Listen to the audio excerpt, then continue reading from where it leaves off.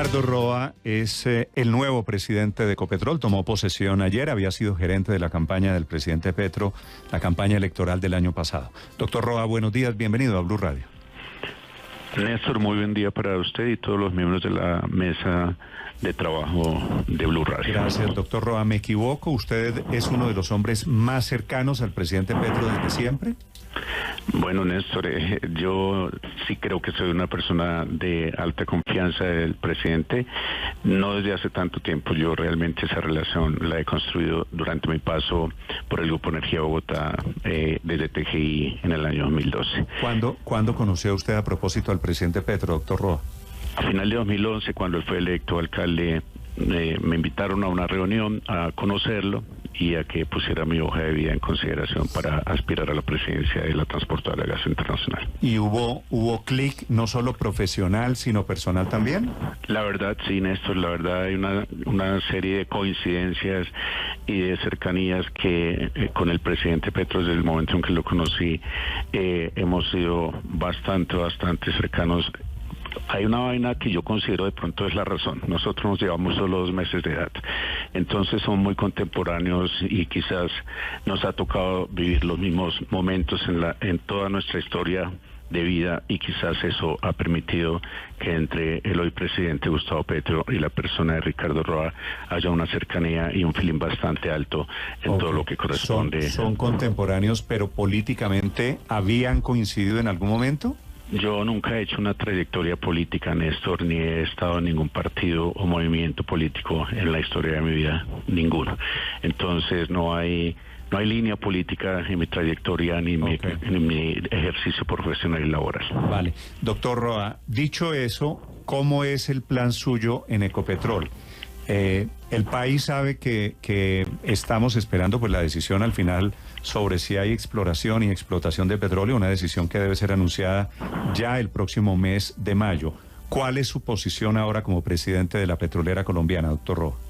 Néstor, el principal reto que tenemos es justamente ese: asegurar desde Ecopetrol, garantizar la seguridad energética y la equidad energética en Colombia, con el desarrollo responsable, rentable y sostenible de los recursos con los que hoy contamos.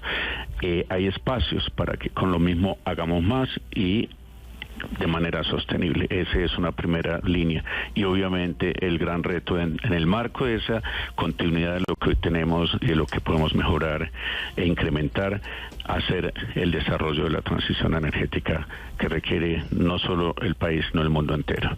Nosotros conocemos ya de varias empresas que han entrado en la línea de la transición energética y están teniendo unos desarrollos y unos proyectos muy importantes y una mejor valoración en el mercado que las compañías que no hacen transición energética de esta naturaleza. Sí, pero transición energética significa suspender contratos de exploración y explotación de petróleo, doctor Roa. Bueno, en estos momentos, Néstor, yo hacía ayer el reporte de que en el país hay unos 115 millones de hectáreas.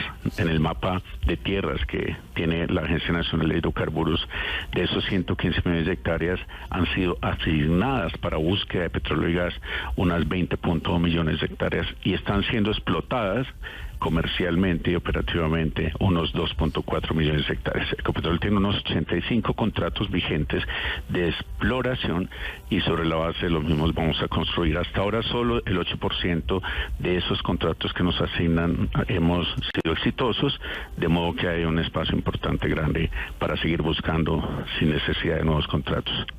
Sí, explíqueme un poquito lo del mapa de las hectáreas, doctor Roa, que no le entiendo bien la idea. Es decir, sí, porque los contratos no es por ubicación geográfica, sino para buscar en unas zonas determinadas si hay o no petróleo. ¿Esos contratos, lo que usted me quiere decir, son suficientes para no negociar más contratos de exploración? Néstor, en un tiempo no muy lejano, estamos hablando entre el 2016 y 2018, en el país no hubo un solo nuevo contrato de asignación de exploración de petróleo y gas. Sin embargo, en ese mismo periodo, si usted revisa la historia, va a encontrar que se incrementó la producción, subió de 720.000 barriles en el 2016 a 860.000 barriles en el 2018. Lo que hay que hacer aquí es buscar una mayor efectividad, un mayor éxito en la búsqueda de lo que hemos tenido. En el promedio en el mundo estamos hablando del 20% de éxito en lo que se busca versus lo que se encuentra y se explota. Aquí estamos en el 8% y ahí tenemos unos espacios importantes para mejorar ese nivel de desempeño en la búsqueda de petróleo y gas en el país, con las áreas asignadas. ¿Esta que usted me está contando es la tesis de exprimir los contratos vigentes? Más que exprimir, es que esa es la tendencia del petróleo y gas en el mundo, como ya fue la del carbón. Cada vez es más difícil encontrar pozos altamente rentables o con unas reservas muy grandes. Cuando empezó esta era del petróleo, los pozos se encontraban por decenas de cientos de millones de barriles las reservas. Ahora por bien que vaya uno habla de 50 mil millones de barriles de reserva, cosas de eso ha bajado en el mundo. Esa es una realidad que hay que entender, y por eso el agotamiento de esos recursos ya muestra en los consumos históricos de estos recursos un punto de inflexión hacia el declive del uso de estos recursos en el mundo, de modo que es lo que hay que entender. ¿Usted conoce alguna otra petrolera fuera de Ecopetrol, doctor Roa, que esté anunciando que no buscará más petróleo? Claro, no que estén anunciando que no buscarán más petróleo, pero que sí harán un cambio un desacople de su core económico, de su tendencia, de su histórico de consumo, de producción de economía sobre la base del petróleo y el gas. Lo está haciendo Petrobras, lo está haciendo la propia empresa.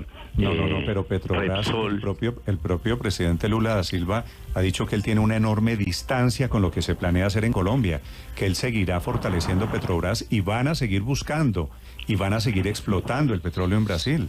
Sí, nosotros también vamos a seguir buscando, Néstor. Lo que le estoy diciendo es que con los contratos que hoy tenemos vigentes debemos ser más exitosos en la búsqueda y en el hallazgo de reservas de petróleo y gas para garantizar esa seguridad. ¿Pero usted energética. está anunciando que va a haber más contratos de exploración o que con los vigentes se puede encontrar más petróleo? Sobre los mismos vamos a aprovechar hallazgos de lo que Por eso no cambia, doctor Roa, no cambia nada. Ecopetrol es la única petrolera en el mundo que no va a buscar más petróleos.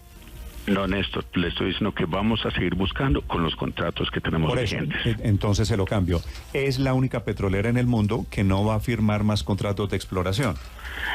Mientras esa sea la política, nosotros no vamos a tener espacio para firmar nuevos contratos. Okay. Con los existentes vamos a seguir buscando y siendo más efectivos. Doctor Roa, ¿eso quiere decir que queda descartado lo que se había planteado en la anterior administración para que en mayo, es decir, en algunas semanas, se analizara sobre el informe de la ANH con el ministro de Hacienda a bordo, con la ministra de Minas y con Ecopetrol, si se abría la puerta para entregar nuevas licencias de exploración petrolera? ¿Eso queda descartado?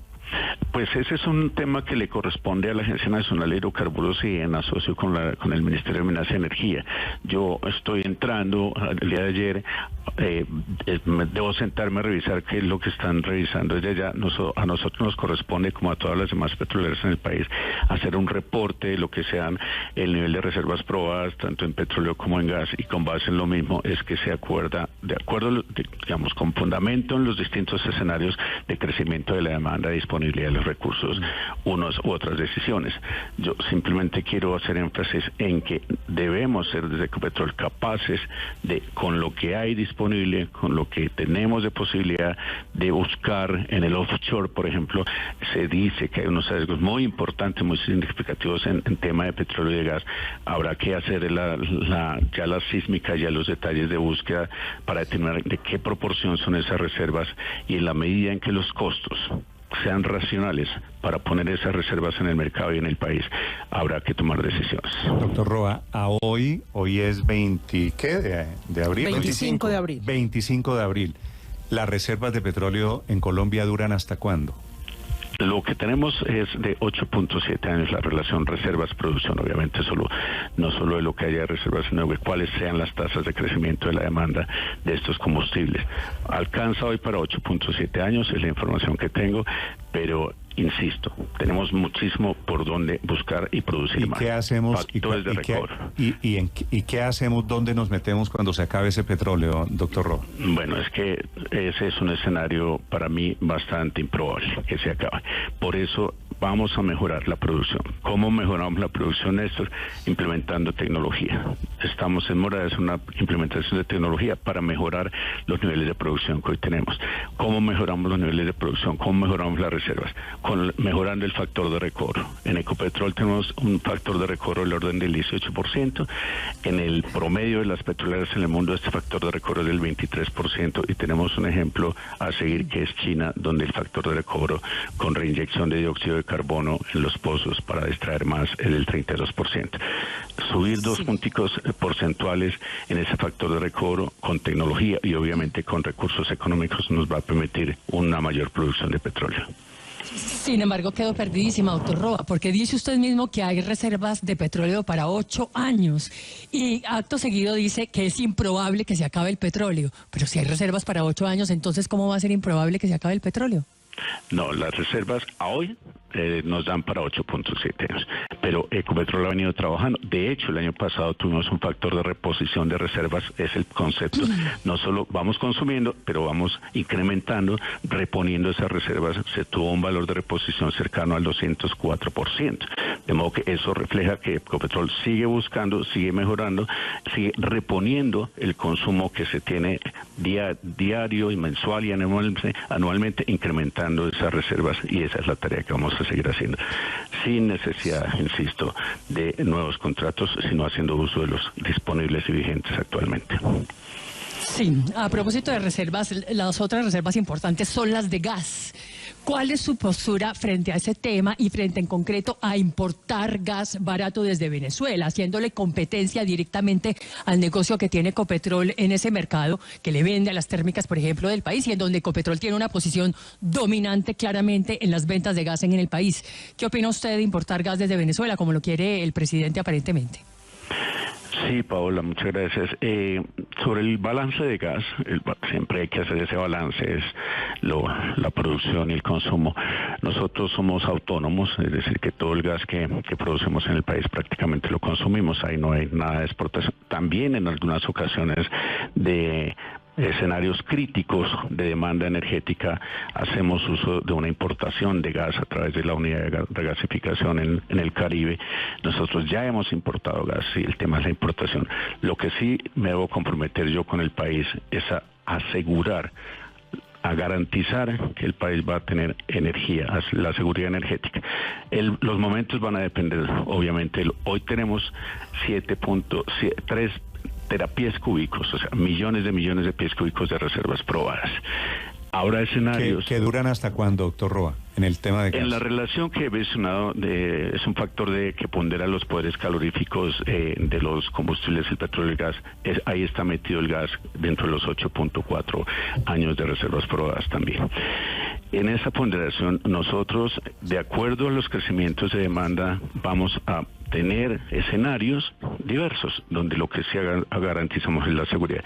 La opción de gas de Venezuela es una opción. En un escenario crítico, el acto más responsable que deberíamos tener con el país es garantizar que va a haber gas de una regasificadora en el sur, de una regasificadora en el norte, o bien de un tubo que existe y que podemos recuperar rápidamente con los operadores de transporte de gas para viabilizar en el momento en que fuera necesario una importación de gas de Venezuela. ¿Qué nos va a decir que sí o que no? Ese escenario de demanda crítica y el precio, obviamente. Sí, si es más barato importar gas por las regasificadoras que traerlo de Venezuela, pues lo vamos a importar por las regasificadoras. Si el tema por el que nosotros vamos a renunciar a nuestro gas y al petróleo es por razones ecológicas, ¿qué sentido tiene pensar en importarlos? Es decir, si vamos a salvar el pedacito del planeta pues ¿cuál es la gracia de importar gas después desde Venezuela o de importar petróleo desde otro país? El asegurar, el garantizar la seguridad energética en el país, que es nuestro mayor reto, Néstor. No, por eso, pero ¿qué sacamos no explorando nuestro gas, nuestro petróleo para terminar importándolo? Néstor, en Venezuela es monumental, es el cuarto país en el mundo con reservas de gas, 202 terapiés cúbicos. Nosotros tenemos 3 ¿Importar el gas cúbicos. desde Venezuela nos hace amigables con el medio ambiente a nosotros? No, el tema es seguridad energética. Aquí hay dos rutas. La ambiental y obviamente la económica. Desde lo ambiental, lo responsable es ya no permitir más búsqueda de recursos fósiles que se agotan en el mundo y que han venido mostrando sus picos máximos de demanda en el mundo. Eso es lo responsable ambientalmente. Desde lo económico y desde lo racional tenemos que garantizar que hay una industria ya sentada sobre estos combustibles. 10.7 millones de usuarios en los hogares consumen gas, más de 300.000 vehículos en el mundo, 470.000 vehículos en el país consumen gas vehicular. Hay plantas de generación de energía con gas. Aquí no solo vamos a sustentar el hecho de instalación de plantas con energías renovables, sino también un concepto mucho más allá, es la seguridad energética. Y la seguridad energética se promulga desde la existencia de recursos para proveer electricidad y gas combustible a la demanda. Sí, doctor Roa, ¿usted se da cuenta lo que significaría renunciar a eso que llaman energías fósiles, gas y petróleo, y depender de otros países en temas energéticos? Pues tenemos un reto muy grande y es que la sustitución del sol, del viento, de la biomasa, de la energía geotérmica, que tenemos potenciales grandísimos en el país por desarrollar. Aquí hay que partir el tema en dos. La matriz eléctrica, sí, sin duda es una matriz supremamente limpia. El 80% del tiempo la energía que consumimos los colombianos proviene de las centrales hidroeléctricas y de las pequeñas centrales hidroeléctricas a filo de agua. Eso es cierto, pero también necesitamos una firmeza que está sustentada hoy por hoy básicamente en la generación térmica con gas. Pero también podemos transitar ese consumo de gas a hidrógeno verde o a hidrógeno azul, que son combustibles que hoy podemos desarrollar de manera eficiente, rápidamente y rentable. Sí. Doctor Roa, hoy Colombia, ¿qué reservas de gas tiene? Estamos hablando de 3 terapias cúbicos. ¿Para cuántos años tenemos gas? 8 años, digo. 8 años en el marco de las reservas de la relación, gas. Sí, de gas y de petróleo. Estamos hablando de un indicador que pondera las reservas de gas, las reservas de petróleo y los mete en un solo argumento o en un solo parámetro, en un solo indicador, que es las reservas de barriles equivalentes de petróleo. El gas tiene una situación tal vez un poco distinta al petróleo. Incluso los expertos no lo consideran un factor de energía contaminante. En ese caso, en el caso del gas, ¿también se cierra la posibilidad de nuevos contratos de exploración? Pues es que cuando se busca, se puede estar buscando petróleo y aparece gas. Es lo normal, porque el petróleo pues, es el referente de estos procesos. En la medida en que las reservas de gas disponibles en el país nos permitan, o los contratos actuales nos permitan esos hallazgos, pues ahí vamos, por ejemplo, en lo que es costa afuera se está hablando de unos hallazgos importantes, con mucho petróleo, pero también con mucho gas. Eso va a depender, obviamente, de la perforación, de la exploración que hagamos de más detalle para determinar los volúmenes de qué si es gas y de qué si es petróleo y a qué profundidad se encuentran para mirar, evaluar si técnica y económicamente es sostenible esa exploración. Doctor Roa, si se alinearan todos los astros y en los contratos vigentes en los que están hoy en día en explotación y en exploración se encontrara más gas y más petróleo, ¿hasta cuándo nos duraría? En el mejor de los casos. No, es que encontrar 3 teras más de reservas de gas nos extiende el plazo a 8 años más de petróleo y de gas. O sea, no es tan impensable que podamos rápidamente en esta búsqueda con estos contratos vigentes aumentar las reservas. Sí, doctor Roa, ¿cuánto costaría reparar el gasoducto que existe entre Colombia y Venezuela? Bueno, yo no he hecho el ejercicio, pero por lo que recuerdo de mi paso por TGI, sí, dependiendo obviamente en las condiciones de integridad que esté el gasoducto, habrá que hacerle una corrida, se llama la herramienta Marrano Inteligente, así se llama la herramienta que se corre para mirar la integridad del gasoducto. En la medida en que ese reporte técnico-mecánico del gasoducto refleje un estado determinado, habrá que hacer unas inversiones. Creo que no podrá hacer eso más de 30 o 50 millones de dólares la inversión que se requiera para habilitar ese gasoducto. Si ya comenzamos a pensar en traer gas de Venezuela, toca trabajar ese gasoducto rápidamente. Eso está listo. Yo entiendo que en ese caso PDVSA, que hay una empresa venezolana en el país que tiene la administración, operación y mantenimiento de ese gasoducto. De pronto Promigas o de pronto el Grupo Energía de Bogotá con TGI, que son los operadores grandes de los activos de transporte de gas en el país, ellos deberían estar ya pensando en esa Eso es un activo que le provee confiabilidad al suministro del país, que es uno de los aspectos en los que yo insisto, más debemos trabajar responsablemente. ¿El precio del gas al consumidor, doctor Roa, se sube, se va a trepar si el gas no es producido en Colombia, sino importado desde Venezuela?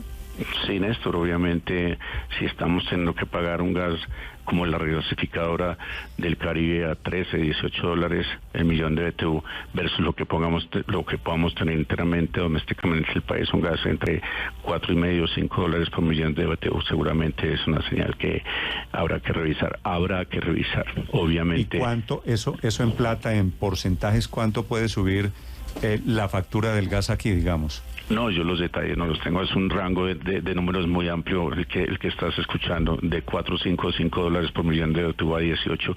Obviamente la estructura regulada dentro de la cual se traslada estos costos al usuario final permite prácticamente la recuperación del 100% de lo que cuesta a los operadores y a los comercializadores el transporte, la producción, la distribución y la comercialización de estos combustibles a usuario final. En cuanto pues va a depender del balance de lo que tengamos y del costo que nos cuesta producir internamente y llevarlo hasta cada uno de los sitios de los usuarios y de lo que en ese balance sea la necesidad de importar gas. Nosotros hemos pagado en estos 8 años 800 millones de dólares los colombianos importando gas o parqueando un buque de gas, la estación regasificadora del Caribe. Eso hay que tenerlo presente. Ya en Colombia hemos importado gas en los momentos en que las condiciones críticas del sistema lo demandan para fortalecer la generación térmica en el Caribe. Es diferente una importación extraordinaria a vivir dependiendo de otros países. Doctor Roa, explíqueme una cosa. Si el gas importado de Venezuela sería evidentemente más caro, si la gasolina importada de cualquier parte del mundo sería más cara, ¿cuál es la gracia de dejar de producir en Colombia la gasolina y el gas que tenemos aquí? Sí, yo digamos que esa es una discusión profunda en este sentido. ¿Qué quiere el mundo y el planeta hacia adelante? ¿Procesos menos intrusivos, menos contaminantes o seguir dependiendo de unos combustibles que son finitos en el tiempo? Estos recursos... Pero nadie ha hecho la encuesta de esa del planeta. ¿Qué quiere el planeta? Esa encuesta no la conozco, doctor Roa. Hablemos de lo que quiere el gobierno, que es lo que conocemos. La hoja de ruta del hidrógeno en Colombia está alineada con la conferencia de participantes 21 de París, está alineada con los objetivos de desarrollo sostenible de Naciones Unidas, está alineada con la tendencia en el mundo a dejar de depender económicamente y ambientalmente de los recursos fósiles. Esa es una realidad a todas luces. Pero ese es un plan a mediano plazo. Ni siquiera los países que tienen más desarrollado esa política 2050, por lo menos 2050. ¿Qué sentido tiene? Es muy clara la pregunta. ¿Qué sentido tiene que Colombia sea el pionero en cerrar esas posibilidades cuando al final va a tener que seguir importando petróleo y gas para seguir subsistiendo? Esa necesidad de importación de petróleo y gas va a depender de muchísimos aspectos. Por ejemplo, en Colombia no hemos desarrollado de manera masiva y agresiva la movilidad eléctrica. Y en otros países del mundo esto es una realidad. Pero, doctor Roa, por varias cosas. Uno, porque no hay primero porque los carros eléctricos son mucho más costosos que los carros a gasolina. No podemos decirle... Dos, porque no hay suficientes estaciones de recarga. A 10 millones de familias salgan a vender ya el carro y compren un eléctrico. No es porque la gente no quiera comprar un carro eléctrico, sino que evidentemente en el mundo es así, un carro eléctrico es mucho más costoso. Néstor, no podemos salir a decirles que vendan los vehículos de combustión con diésel y gasolina hoy a comprar vehículos eléctricos, porque sí hay una diferencia muy grande entre el precio de los eléctricos y los vehículos a combustión. Pero sí podemos hacer un plan, por ejemplo, en la movilidad de las 10,5 millones de motos que hoy son de combustión en el país a motos eléctricas. Y ahí el margen de diferencia de precio es mucho menor. Y en ese sentido, el ahorro que podría tener, por ejemplo, el usuario de una motocicleta de combustible a electricidad es enorme. Vamos a hacer unos cálculos. No, claro, doctor Roa, yo estoy de acuerdo con usted, pero me parece que están cambiando el orden de las cosas. Hay que cambiar primero el modelo de consumo. y después cambiar el modelo de producción, pero estamos haciéndolo al revés. Vamos a seguir consumiendo gasolina y vamos a seguir consumiendo gas y nos vamos a quedar porque decidimos renunciar a las reservas de petróleo y de gas. Sí, pero nosotros tenemos justamente una hoja de ruta que esto no es solo en opinión del actual gobierno, en concepto de las políticas actuales y de los recursos que tenemos disponibles. Hay que referirnos a varios estudios. Si usted mira el plan de expansión de la UDME, la Unidad de Expansión Minero Energética 2020-2050, ahí encuentra los elementos para la transición energética en el país. Esta meta de cero neto en el 2050, de carbono neutro en el 2050, es una ambición, es un sueño, es un reto que hay que cumplir y que hay que tratar de ir concretando y materializando. Claro, pero usted lo dice mejor que yo, doctor Roa. La meta, la ambición, el sueño del mundo es 2050 y nosotros nos vamos a quedar en el 2031 dentro de 8 años sin gas y sin petróleo.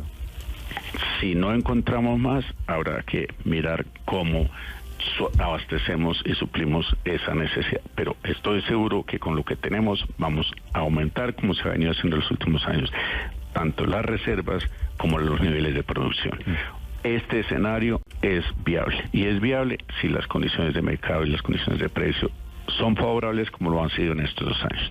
Ese es el gran reto que hay por delante. Doctor Roa, le hago una pregunta final sobre un tema que me sorprendió, pero es así en Colombia. Inclusive unos congresistas amigos del gobierno estaban preguntándose si el sueldo que usted va a tener como presidente de Ecopetrol no es muy alto. Están hablando de una cifra de 100 millones de pesos mensuales. Antonio Navarro, ¿no? Fue el que planteó el tema. Navarro, amigo de luchas en el gobierno Petro. Quisiera preguntarle primero si la cifra es cierta y segundo, a mí no me escandaliza porque yo sé que los presidentes de las petroleras internacionales pues deben tener unos sueldos competitivos para que sean personas y ejecutivos competitivos. Pero usted, ¿qué se ha encontrado allí en Ecopetrol, doctor Roa? Néstor, usted me hizo esa pregunta hace 8 años cuando salió el Grupo Energía Bogotá. Parecía, me dijo, ¿a usted cuántos millones le van a pagar por la indemnización de la diferencia de lo que le terminaba su contrato? Y me dijo, ¿usted cuánto ganaba?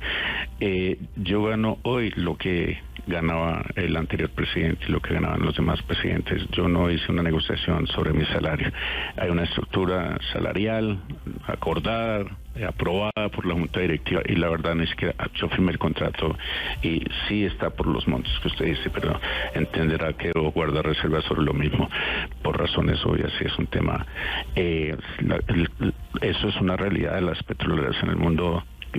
Digamos, todos los trabajadores, esto aquí lo leía yo por el Código de Petróleos por allá del año 1953, creo que fue la última versión, donde uno de sus partes y de sus articulados establece que los trabajadores de la entonces petrolera Ecopetrol estatal 100% tienen que ganar los mismos niveles de salario que cualquier otra petrolera en el mundo, y esa es una realidad. Yo no la escribí.